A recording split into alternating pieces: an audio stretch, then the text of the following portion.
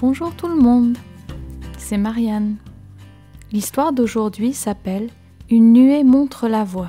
Le verset à mémoriser se trouve dans Psaume 119 au verset 10. « Je te cherche de tout mon cœur, ne me laisse pas dévier de tes commandements. » Jean s'amusait bien au camp d'été avec les autres enfants de son âge. Il apprenait différentes choses, dont le travail du cuir qu'il appréciait particulièrement. Il se fabriqua un portefeuille en suivant attentivement les directives de son conseiller. Notre récit biblique parle d'un important groupe de personnes qui, elles aussi, suivirent des instructions. Elles suivirent les directives de Dieu, inhabituelles, mais très importantes. Après 400 ans d'esclavage, les Israélites étaient enfin en route vers la terre promise. Mais quel chemin devaient-ils prendre? La seule chose qui s'étendait devant eux, c'était un désert aride et brûlant. Dieu ne les laissa pas dans le doute. Bien au contraire, il les conduisait lui-même d'une manière tout à fait appropriée. L'Éternel allait devant eux, le jour dans une colonne de nuée pour les guider sur le chemin, et la nuit dans une colonne de feu pour les éclairer, afin qu'ils marchent jour et nuit. La nuit, quand la température devenait glaciale, la colonne de feu leur assurait la chaleur autant que la lumière. La nuée conduisit les Israélites dans le désert jusqu'au bord de la mer Rouge. Là, elle s'arrêta.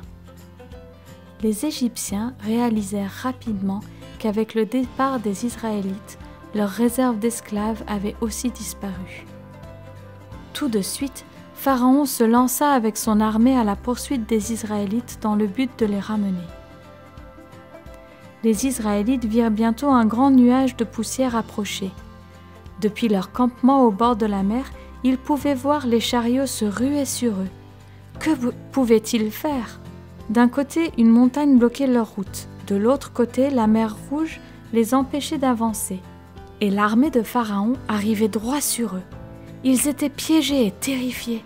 « Ne craignez rien, dit Moïse, restez fermes et vous verrez aujourd'hui la délivrance du Seigneur. » L'armée égyptienne se rapprochait, mais la nuée protectrice des Israélites fit quelque chose d'extraordinaire. Elle se déplaça, passant au-dessus du peuple et s'installa entre Israël et les Égyptiens. D'un côté, elle devint une nuée qui répandit des ténèbres sur les Égyptiens, et de l'autre côté, elle était un feu qui éclaircit les Israélites. « Dis au peuple d'avancer dans la mer, » dit l'Éternel à Moïse. Bien qu'il n'y ait rien d'autre devant eux que des eaux profondes, le peuple obéit. Tout le monde ramassa ses affaires et se mit en marche. « Lève ton bâton et étends tes mains sur la mer, » ordonna Dieu à Moïse. Moïse obéit et un fort vent se mit à souffler pour ouvrir un chemin bien sec à travers la mer. Pendant toute la nuit, la colonne de feu assura la lumière. Et le peuple d'Israël traversa la mer Rouge entre deux murailles d'eau.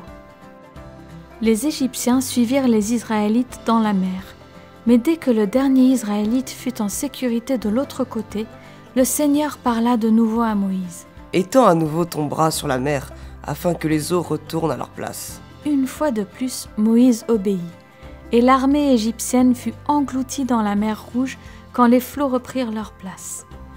Les Israélites firent une grande fête ce jour-là de l'autre côté de la mer. « Je louerai l'Éternel, car il est puissant !» chantait-il avec joie. « Le Seigneur est ma force et ma joie, il est devenu mon salut. » Ce fut un service d'adoration mémorable. En ce beau matin, les Israélites adorèrent Dieu d'une façon particulière. Ils désiraient le remercier pour sa protection. Toutefois, s'ils n'avaient pas obéi, ils n'auraient jamais pu fêter la victoire. Imagine ce qui serait arrivé s'ils n'avaient pas suivi les directives de Dieu. Leur obéissance fut un acte d'adoration tout autant que la fête en ce matin-là. Adorer, c'est honorer Dieu. Nous pouvons utiliser nos voix et nos chants pour honorer Dieu, mais nos vies peuvent aussi honorer Dieu quand nous faisons ce qu'il nous demande.